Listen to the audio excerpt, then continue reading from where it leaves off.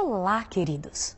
Sejam bem-vindos ao programa Profecias Bíblicas, a Esperança das Nações.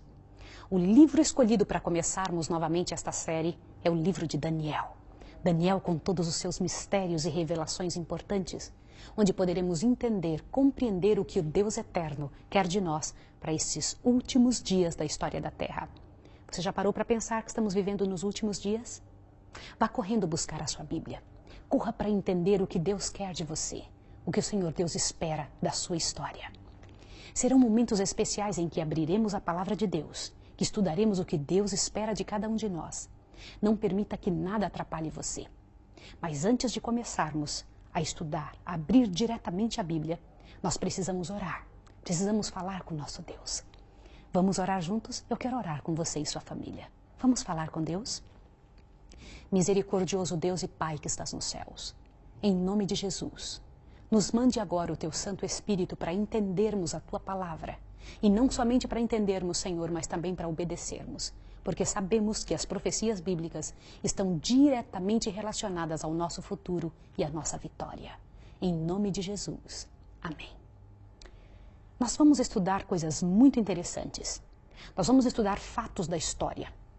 Nós vamos compreender o que Deus Eterno espera de cada um de nós ao vivermos nesses últimos dias. Você já parou e já se perguntou por que é que você nasceu nesse tempo e não em anos passados? Por que, quem sabe, você não nasceu há 200 anos atrás? Você acha que foi obra do destino que você nascesse agora, você e sua família? Não, queridos. Nós temos um Deus de amor, um Deus que nos chama de filhos. Nós somos os filhos de Deus e Ele traça cada detalhe especial de vitória para todos nós. E Ele escolheu a mim e a você para que estivéssemos vivos nesse tempo. Os livros de profecia falam abertamente a respeito destas verdades relacionadas aos últimos dias da história da Terra. E se você está vivendo nesses últimos dias, é porque o Deus espera, o teu Pai espera, que você faça parte de todo esse cenário de forma especial. Já que você está com a sua Bíblia, eu gostaria que você abrisse na primeira página da Bíblia. Gênesis, capítulo 1, verso 1. Veja que coisa interessante que nós encontramos aqui. Diz assim: no princípio criou Deus os céus e a terra. Como era no princípio? Você tem ideia de como era isso? Quando nem eu e nem você ainda existíamos? Quando não existia nenhum ser humano ainda? Isso é muito sério. Querido, você consegue imaginar Deus vivendo? Ele que criou a flor tão cheia de cores, o aveludado de todas as plantas, esse que criou animais de todos os lugares e tantas espécies diferentes, esse Deus vivendo num lugar tenebroso e escuro? Não, nosso Deus não era assim. Eu queria que você imaginasse um lugar bem especial, mas você não está lá. Quem existia nessa época antes que os anjos viessem à existência?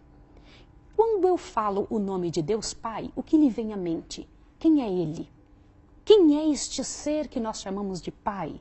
Quem é este ser que aceita chamar você de filho? Deus Pai é o mantenedor de todo o universo.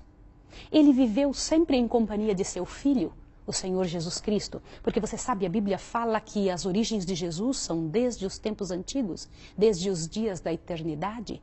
O Senhor Jesus sempre existiu, assim como seu Pai. Ele e o Pai são um.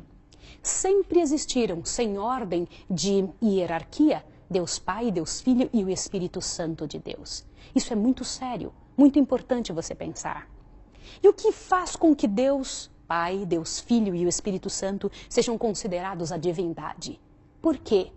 Porque eles possuem 5 características especiais que fazem com que eles sejam deuses. De que maneira? Eles possuem onipresença. Onipresença é a capacidade de estar em todos os lugares ao mesmo tempo.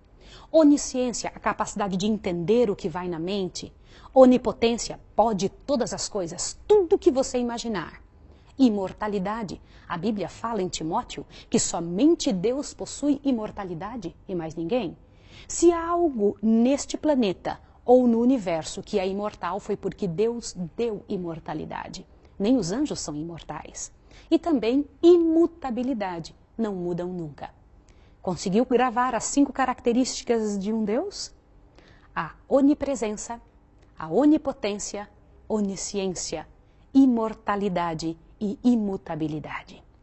Estas características fazem com que ele tenha capacidade de poder todas as coisas, de entender tudo o que existe. Esse Deus, o Deus eterno, o teu Pai e o meu Pai, junto com o Senhor Jesus Cristo, nunca se sentiu só.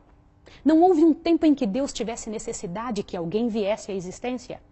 Se isso tivesse tido a necessidade de vir à existência, se o Senhor Deus quisesse anjos ou a terra, ele teria chamado com o simples poder de sua palavra.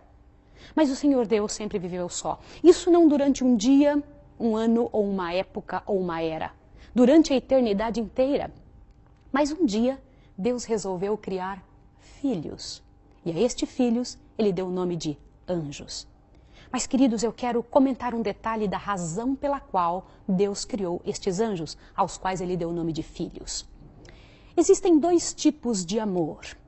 Um tipo de amor especial chamado amor complementar, que é o amor que nós temos, que você e eu temos, que temos pelas pessoas.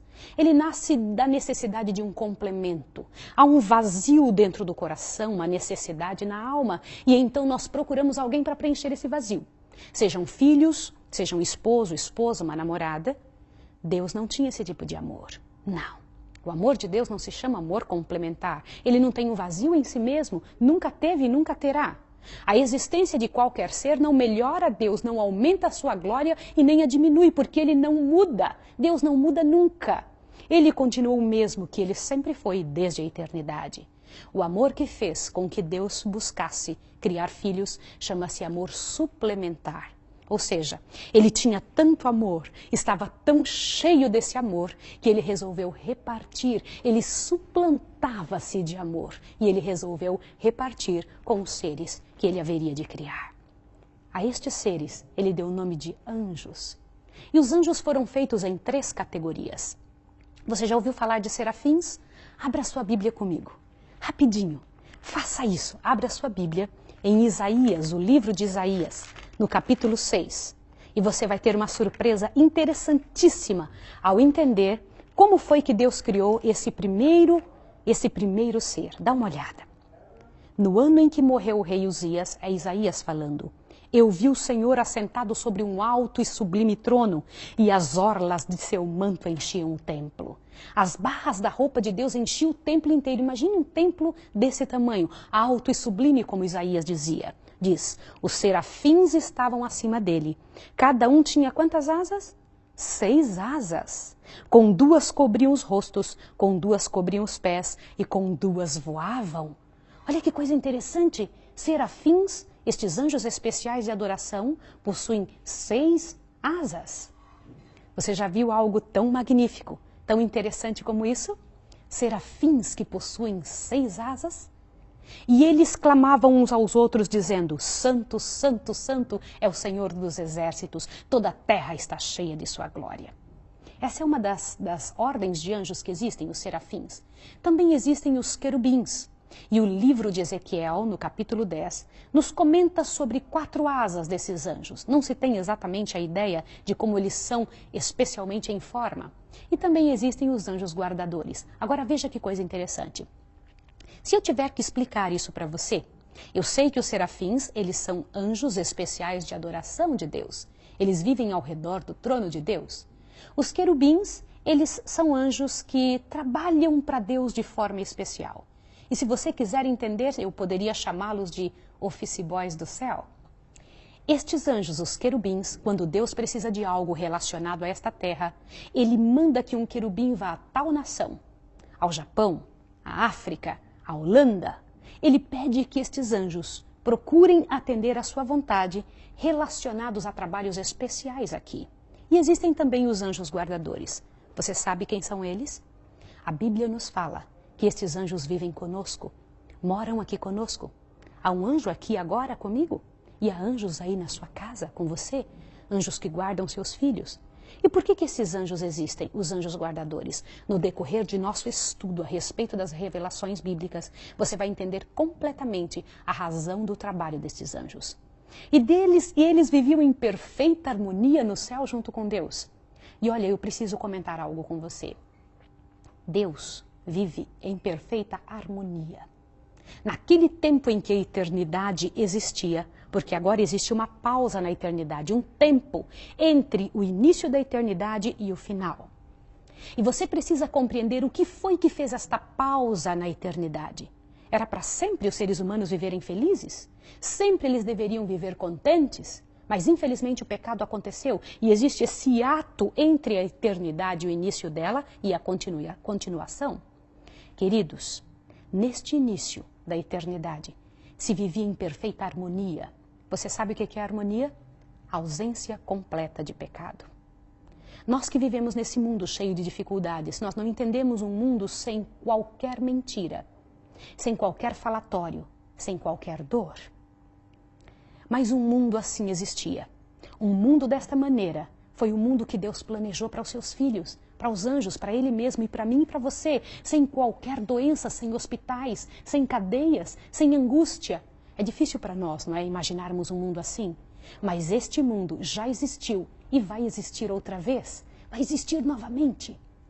Entre os anjos criados de Deus, houve um que não quis aceitar a orientação de Deus.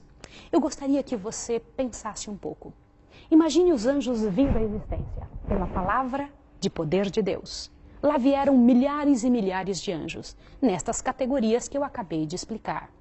E estes anjos especiais que vieram à existência, estes filhos de Deus, eles eram cobertos de uma luz incrível, de uma inteligência superior, uma capacidade muito grande. Superior a eles era somente o Senhor Deus e o Senhor Jesus Cristo. Sim, o Senhor Deus e o Senhor Jesus Cristo tinham capacidade muito maiores porque eram deuses e os anjos não. Lembre-se que eu falei que o que caracteriza um Deus são essas 5 qualidades. Os anjos não são oniscientes, eles não sabem o que a gente pensa, o que eu e você pensamos, não sabem, a não ser que Deus permita que eles pensem, que eles entendam, que eles saibam. Eles não são onipresentes, em relação a nós eles são sim, porque eles têm a velocidade do pensamento, mas os anjos, eles em relação a nós são onipresentes, não em relação a Deus. Deus pode estar em qualquer lugar ao mesmo tempo, eles não, se estiverem aqui, eles não estão naquele momento aqui e em outro lugar. Eles também não são onipotentes, nem imortais. A imortalidade é algo que Deus concede. E também não são imutáveis. Como que eu sei que anjos não são imutáveis? Queridos, você se lembra de um ser chamado Lúcifer, que um dia foi anjo no céu e que mudou de ideia? Pois é, este anjo era um dos querubins de Deus, um dos querubins da guarda ungido. A Bíblia fala a respeito dele. Eu quero que você abra a Bíblia em Ezequiel. Abra sua Bíblia no livro seguinte, ao livro de Jeremias, e você vai encontrar algo especial que você precisa entender.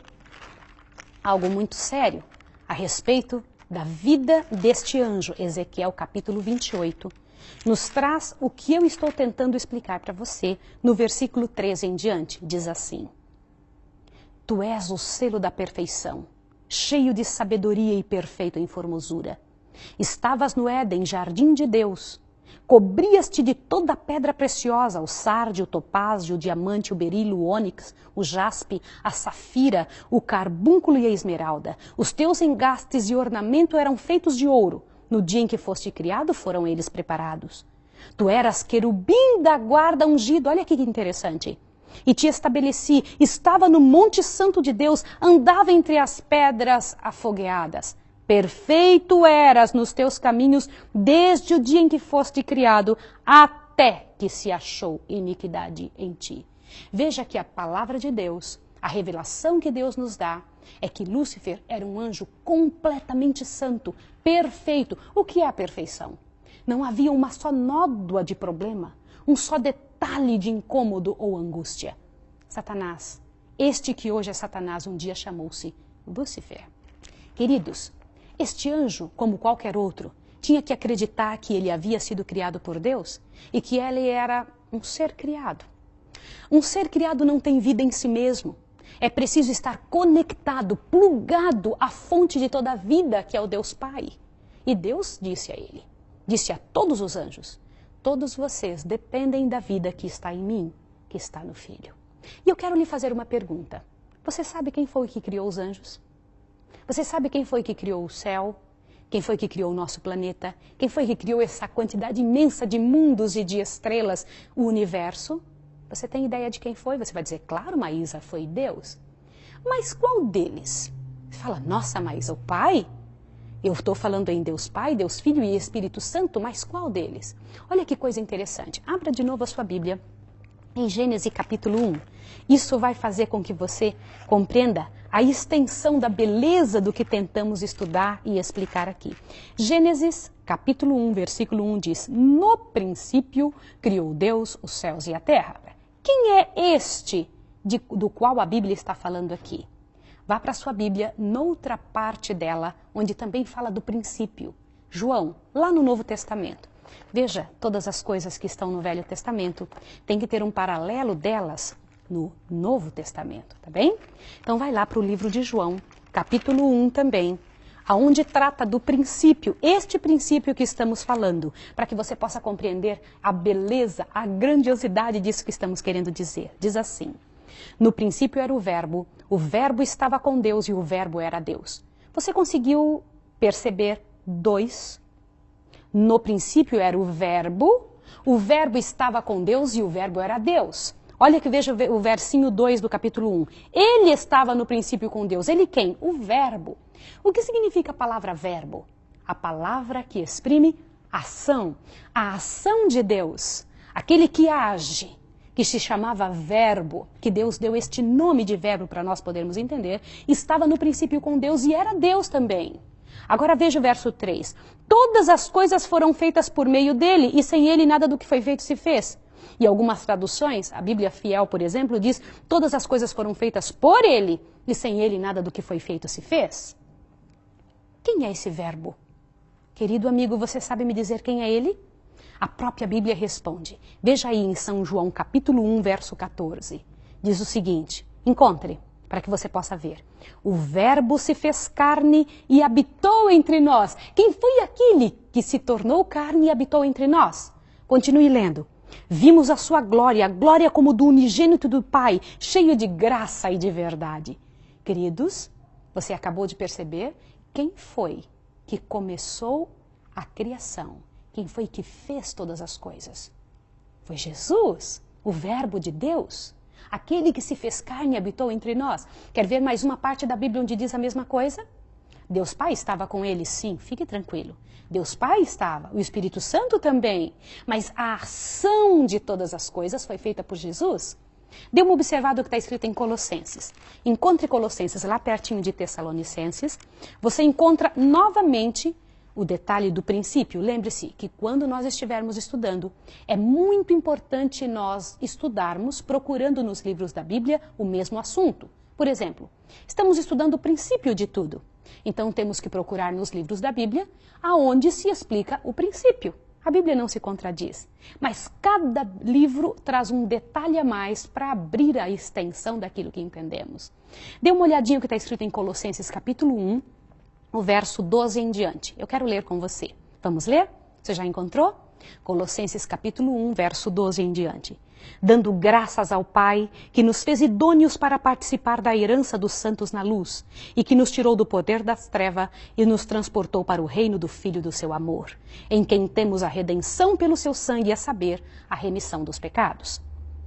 Ele é a imagem do Deus invisível. Quem é esse ele do qual está sendo falado aqui? O Senhor Jesus Cristo, não é? De quem estava sendo dito no mesmo assunto.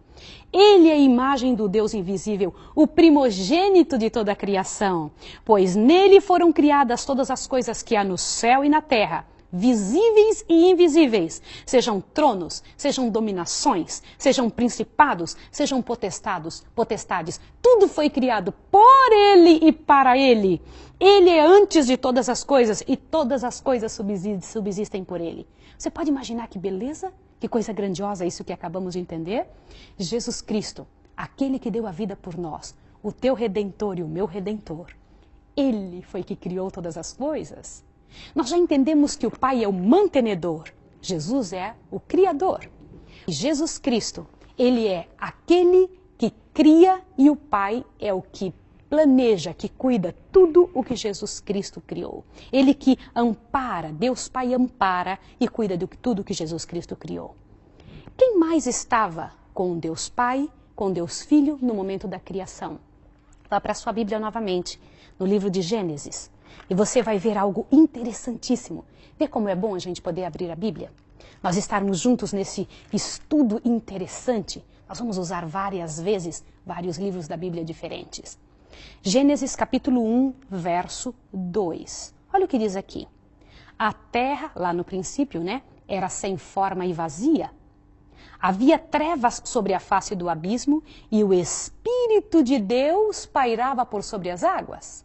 O que você entende quando você lê que o Espírito de Deus pairava por sobre as águas? Aqui mesmo em Gênesis capítulo 1, no verso 26, vai esclarecer mais ainda a tua mente. Diz aqui, então depois que Deus havia criado todas as coisas, vem um detalhe do versículo 26. Então disse Deus, façamos o homem à nossa imagem, conforme a nossa semelhança. O que a palavra nossa imagem, o que essas palavras dizem para você? Façamos. É mais de um, isso é plural. Queridos, Deus não estava só na hora de criar. Jesus Cristo não estava só na hora de criar. O Espírito Santo não estava só na hora de criar. Imagine cada detalhe bem programado da mente de Deus. E que quando Ele olhou e terminou a criação, aquele olho que vê tudo, que entende cada coisa, não encontrou um só detalhe de erro. Tudo era perfeito. Ele diz, e eis que era muito bom. Pode imaginar isso? Mas houve um ser em todo o céu, que se incomodou, não quis acreditar no Deus eterno. Que começou a pensar que, quem sabe eu também não sou um Deus. Eu não vi a hora que eu fui criado. Quem sabe Deus Pai, o Espírito Santo, Jesus Cristo, não são exatamente o que dizem ser. Quem sabe eu, se um dia evoluir em conhecimento, em sabedoria, vou me tornar um Deus tal qual eles. E estas dúvidas todas que estavam no coração deste anjo, que estavam no coração de Lúcifer, o Pai sabia, porque o Pai sabe tudo o que pensamos. Entende todas as coisas que nos sobem ao coração, que nos sobem à mente. Então o Pai o chamou. E o chamou muitas vezes. Aliás, ele era o anjo mais honrado de todo o céu. Mais que todos os outros. Ele, por ser o primeiro querubim cobridor, era aquele especial em detalhes, especial em sabedoria. Mas ele não era Deus. E o Pai o chamou e tentou explicar para ele que aquele tipo de atitude o faria afastar-se de Deus. Que aquele tipo de atitude faria com que ele haveria de mudar de posição, de anjo puro e santo, para um anjo sublevado contra Deus, contra o poder do Deus eterno. E você, meu querido, agora ao compreender que esta atitude de Lúcifer o levou à atitude que ele tem hoje, não foi de um dia para outro que ele se transformou em Satanás. Foi devagarinho, tempo após tempo, que ele foi deixando entrar no coração aquilo que Deus havia dito abertamente, nunca se permita sentir. Veja bem, por que os anjos morreriam se desobedecessem a Deus? Deus não pode permanecer com algo desobediente, algo que transgride as leis do próprio caráter de Deus. Por quê? Porque são fulminados. E todos aqueles que se separam de Deus, não tendo vida própria, morrem. Por isso que Lúcifer haveria de morrer, ele e qualquer ser que se tornassem contrários a Deus. Agora veja uma coisa interessante. Havia algo contra o que Satanás, o que Lúcifer sentia desde o céu, que é muito interessante nós observarmos que no decorrer de todas essas eras, nós continuamos vendo. Ele odiava o Senhor Jesus Cristo. Ele não queria saber do Senhor Jesus Cristo de maneira alguma. E por que ele odiava o Senhor Jesus Cristo? Porque o Pai havia dito que em todo lugar onde ele não estivesse, a presença do Senhor Jesus Cristo deveria ser aceita como se fosse a do próprio Deus. Isso não é sério? Queridos, é muito interessante nós notarmos esta história. O que foi que aconteceu daí em diante? O que foi que começou a acontecer desde esse dia com a eternidade? No próximo capítulo você vai entender como foi que Satanás foi expulso do céu. Você precisa compreender estas verdades. São muito necessárias para que você e eu possamos entender cada detalhe do que vai acontecer nos últimos dias.